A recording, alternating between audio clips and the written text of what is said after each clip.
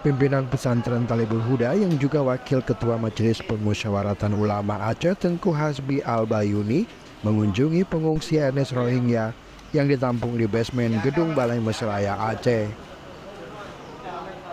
Dalam kunjungan tersebut, Tengku Hasbi menyerahkan sejumlah bantuan berupa makanan dan kebutuhan untuk ibu dan anak-anak Rohingya.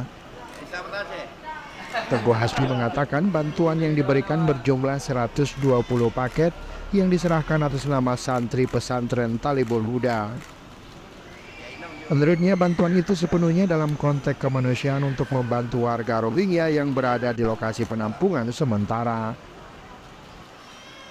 Ia berharap dengan bantuan tersebut dapat menggugah santri lain untuk ikut bersama-sama peduli pengungsi Rohingya sesama umat muslim. Tengku Hasbi juga berharap masyarakat tidak menolak pengungsi Rohingya, karena pemerintah bersama lembaga terkait telah memiliki solusi terkait penanganan warga Rohingya tersebut. Secara pribadi saya gitu ya, saya melihat bahwa seharusnya masyarakat tidak boleh menolak.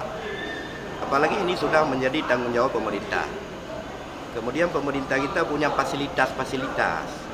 Ada gedung PMI misalnya ya.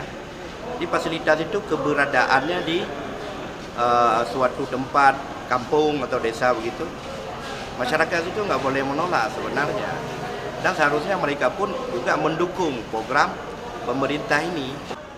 Tengku Hasbi juga meminta masyarakat untuk tabayun dan tidak mudah menerima informasi hoax yang beredar di media sosial. Segala sesuatu isu yang muncul dari luar itu belum tentu benar.